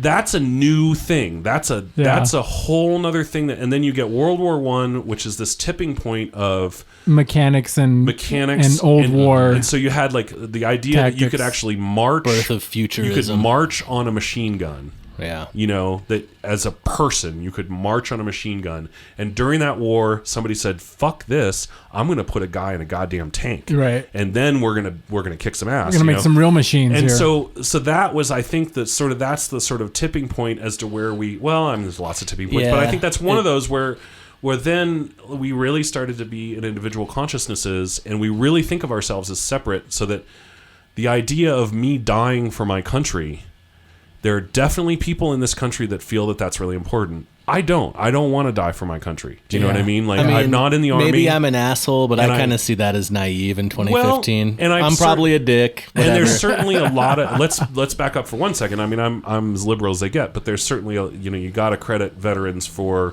and people in the army that have made that sacrifice, and that is amazing that we've got that freedom because of them. Yeah. At the same time, that mindset, it's a volunteer army now. It's not a drafted army. Right. You know, you have to have that idea in your head. You have to come and the army's and not exactly choose. Fighting Hitler right now. You have to. I mean? You have to individually choose to be that guy that sacrifices yourself. Do you know what I mean? Yeah. So you're saying you're making the choice, the conscious, right? Rather than it being choice. just an assumed thing. Like even as recently as World War II, where it was like, we got it. December 7th happened, and the fucking every male in the country was like, I'll sign up, out of national fervor, just because we have to, and well, they didn't have the internet either. Well, but so in the internet, they couldn't Google it and be like, maybe I think they might have known that the Japanese were going to crash these planes, and they didn't do shit about it. I don't know if this war is Alex Jones. What are you doing back in 1942? Get the fuck out of here. But I think this whole idea of individual consciousness is relatively new, is what I'm saying. Yeah. It's a relatively new phenomenon, and I think I don't know where we got off on that tangent, but that's okay. No, I think what we're talking about, like with The Walking Dead, is something that I was kind of talking at Kayla about, which is the disparateness from the natural world.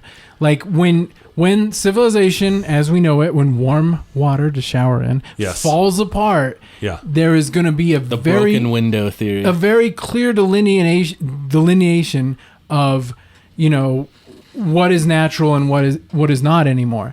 And the thing that I loved about Eastman's philosophy is the same thing that I love about the Greeks' idea of justice, is that you, as a community, if somebody kills or rapes or whatever, does something deplorable, the community at large doesn't feel the need to be a retribution community. It doesn't feel the need to say, well, you killed, so I'm going to kill you, or you raped, I'm going to rape you. It says our idea of justice is to be better than you.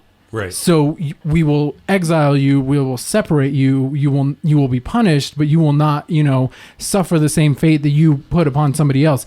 So when Eastman is talking about it, he's got this very I don't want to call it like wishy-washy view of how humanity should be, but it's very like, I will not kill because of blah, blah, blah, blah, blah.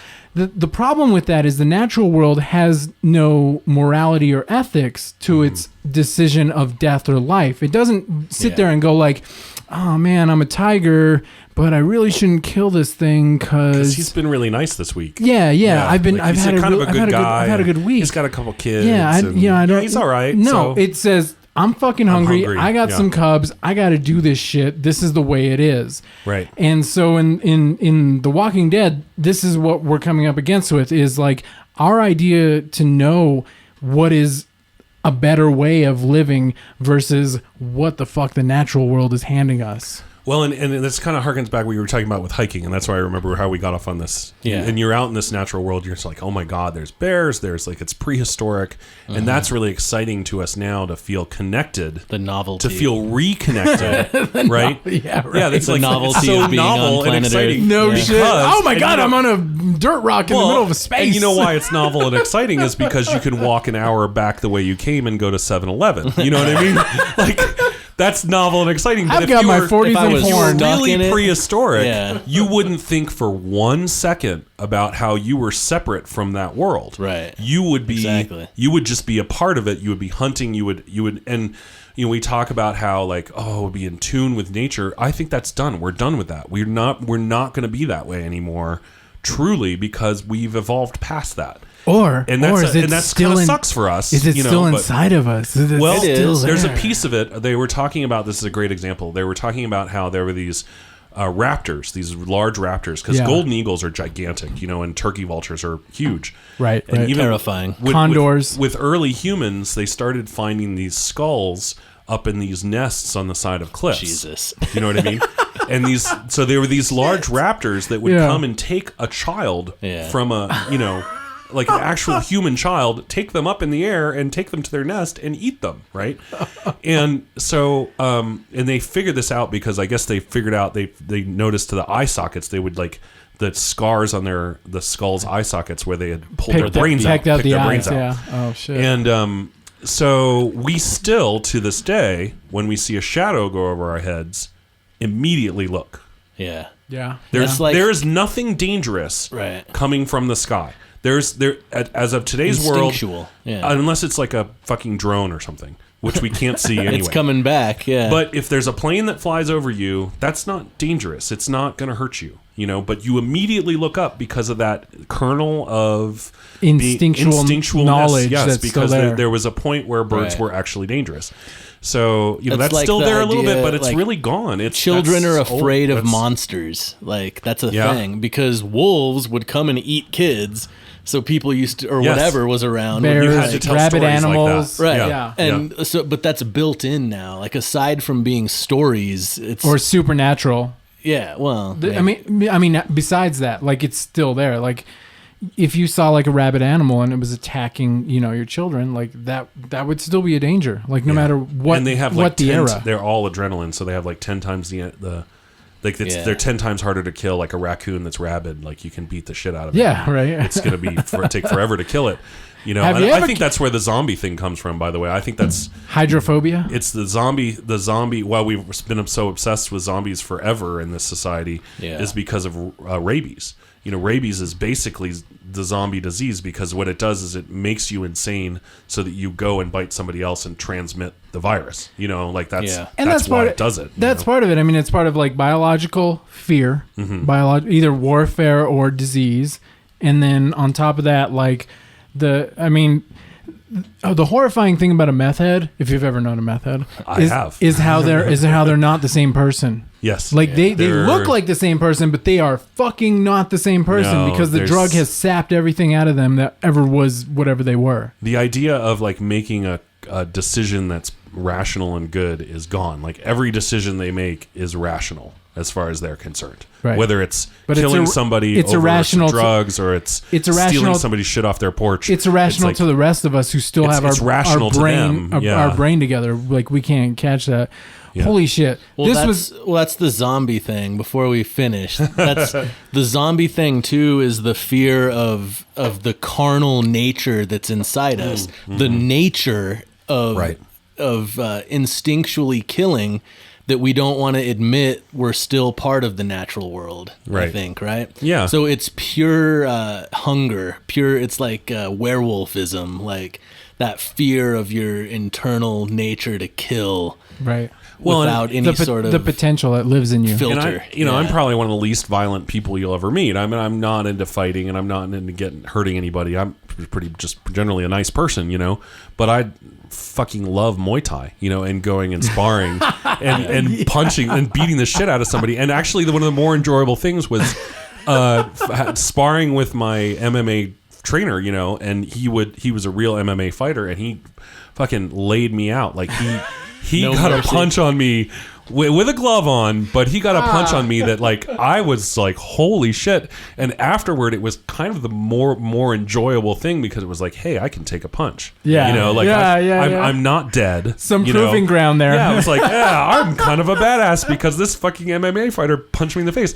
But there's still like a just primal enjoyment of the boxing. It's like, yes, like let's go at each other. And the people that I was fighting, I never mean the slightest bit of harm to. I would never want to actually injure them. They're my dear friends. But as Joe Rogan says, you got to get that monkey shit out. You got to get it out. I mean, it's a part of you. And you're still, we're such intellectual people, and I spend all the time, being creative and intellectual and being, nice and thoughtful, and then but you're still a wolf inside, partly, I loved football, man. I love playing football and hitting somebody. Right. That's the best part. Yeah, nothing felt satisfying. Like I take somebody down. Yeah, I scored, but man, did you see that fucking hit today? Hit that I put on him. Yeah. No, I mean there's still the connection there. We're still the hairless primates. A little bit, but we're doing it from a choice. We're making the choice to be connected to some extent. You know what I mean? Like we have the ability to choose. Yeah, thankfully, we do have the ability. And I don't think that the previous generations, 1,000 years ago, had that choice. No. That was just a part of their lives and survival. Yeah, it was just, being alive. So next time you're hiking, think about that. That's. I will. Yeah. I'll be thinking about all of this next time. Yes. So wow, no, this was fun. This got super deep. Balls deep. Yeah. Balls deep. Oh yeah. The primal deep urges, and yet silly and stupid at the same time. And that's how it is on The Problem with Everything. I'm Holiday Rob. I am Loki Sapfoot, and this was our wonderful, awesome, fun, good time guest to have. Clark Andrew Libbey. And you can check his music out. When's the next time you're performing? The next time I am performing here in town would be November 9th at the Blue Grasshopper, and then November 11th at the Tractor Knob Hill. Awesome. But before that, I'm going to Arizona, doing a couple days in Arizona. We got a couple listeners in Phoenix. Oh, yeah? Well, let's see. I'm going to be in Tempe on the 14th. And if you're going to be in Arizona on the 14th, this great band Decker, I don't know if you know Decker, they're doing their vinyl release party. Speaking of vinyl release. Vinyl. So I'm going to play my show in Tempe at Extreme Bean Coffee House on the 14th and then go straight to their show, hopefully afterward. And hang out with those guys. So where can the good people look you up? Where can they find okay, you? So as I said, when I do the solo stuff, I go by my full name, Clark Andrew Libbey, which I'm sure my mother is thrilled about that I'm actually using the whole thing. I named him Andrew. And so the album is called Food or Cash. It's on Bandcamp under Clark Andrew Libbey or also under Food or Cash. And then we can find you on Facebook under Clark Andrew Libbey, and then SoundCloud and Reverb Nation, I think, are the other two main places to find, all under Clark Andrew Libbey. And they can stream the whole album, right? Let's see. At this point, no, I'm not. I mean, I'm not giving away the whole album. I listened to 3 songs on the Reverb Nation today. All right, you can listen to. I believe Till the Rain Stops and Jenny McLean. And I don't know what the other one was. Well, it might have been some older stuff because I have some older stuff on there that you can listen to from other albums or other stuff that I've recorded. I think on Bandcamp, I think you can listen to everything, but I don't know that you can keep it, right? Is that I'm trying to do the computer thing? No, usually you can just stream it. Yes, you can do that. It's you can a stream, but you can't download it unless you purchase. It's like $5. Like, give me $5. That's all I spend that ask. on a Starbucks drink. People. I don't want to beg. I don't want to do like the what do you call it? The guilt them. Just guilt them. GoFundMe. No, just guilt them. Like beg for. I'm a businessman begging for money. There's a Starbucks. I mean, I know it's great, and I'm glad people are doing it, but I don't want to. I want to sell stuff. So give me $5. There's a Starbucks on every corner. There's not a Clark Andrew Libbey on every. That's corner. right. And you give me $7 on the little online thing. I will mail you a CD and a sticker. And I'll even put a little note in there about how awesome you are for doing that. Will you spit in an envelope for me if I give you an extra $1? Hey, baby. I'll put whatever you want in an envelope. Can you put some $1, baby? Some dirty socks in there? I don't think it's socks that people want. I think you know how this is going to end? We're going to end up selling our socks with our album that we make. At some point. No, we've talked about this. We were saying that girls can sell socks on eBay. They can sell panties and stuff. That's like the big thing is they sell panties. Gross. I don't know. Whatever. Nobody wants your mine, laundry, bitch. Fuck. Also, so you can check me out online with the Shacks. We're online, and the Broken Fables are online. We've got some on Reverb Nation. We've got some songs up there, and so it's not hard to find our man. No, Clark Libbey. It's not. He's around. So we're gonna have you play a song. I'm gonna put you on the spot. Play us out. What's that mean? To play us out? Play us out. Fuck it. We'll do it live. Do it live. So is there a song that you have in mind that you wanted to perform tonight? So we can just do the intro now for it. Sure. I'm trying to think which one you guys want. I mean, you guys have heard the album. Which one do you guys want? I really liked Till the Rain Stops. I can certainly play that. That's a. I haven't heard the Riverman, but I'm a big into Greek mythology, so I could do that one too. Can we do that one? I will do that one. And actually, Kayla at one point told me that was her favorite, although I think it's changed to Jenny McLean. Yeah, Jenny McLean is. So yeah, Songs of the Riverman. As I said, it's kind of about trying to get across the river Styx, but it's also kind of about. I'll give you the full story. I was living in Arizona. I had just broken up with this girl, or unrequited love thing, well, I don't know. I don't really want to. She was perfectly nice, but it was best that we broke up. And just kidding. Don't say that. She's a cool girl. She's wonderful. And I lived with her for like 4 years, and I was in Tucson, and I was by myself. I didn't have any friends, and they were having a 4-track club in Ohio, and they said, Clark, send us something back for 4-track club. Yeah. And I thought, and I really missed my friends back in Ohio at that point, and I was thinking about how it would be nice to spend the afterlife with my band. Oh, nice. Like if I'm gonna have to go to the afterlife, I don't want them to die at the same time. I'm not like a serial killer that I'm gonna take myself out. Yeah, take all you fuckers with me. But the idea of if you're going to the going across the river, going over the edge, it'd be nice to have your band with you so you could do something. And then it was kind of about being alone in Arizona and missing my friends and having followed this girl. I followed this girl to Arizona. To live with. We lived together for 4 or 5 years. And when we broke up, I had nothing. It was just like me, and I had no friends, and not no friends, but very few. And it just it was one of those moments where I was like, God damn it! Like I miss my band. And so that's what the song's about. Excellent. So up next is a live performance by Clark Andrew Libbey.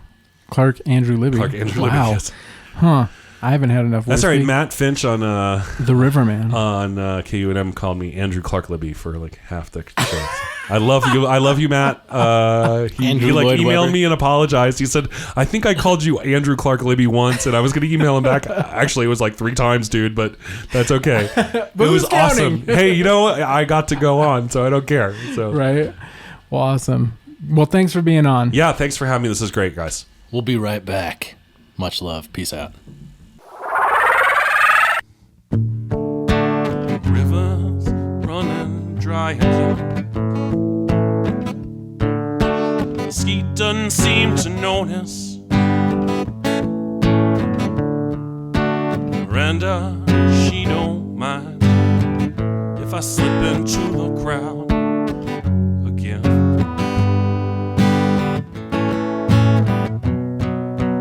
As the light begins to fade, hear your voices so far away. Another lovely day.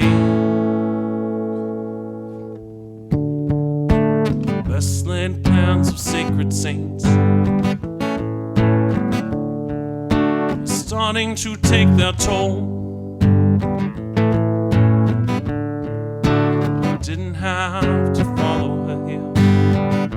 Now the trail's gone cold.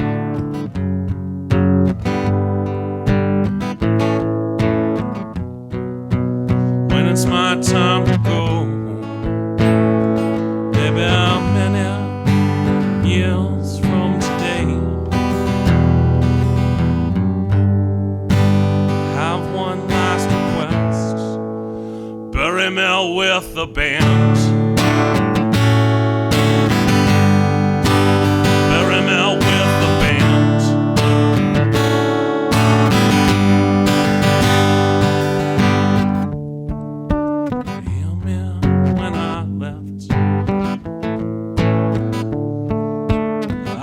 If you know loneliness,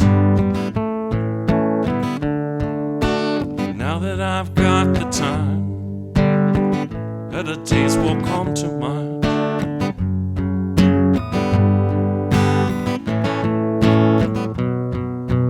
When it's my time to go, maybe many years from today,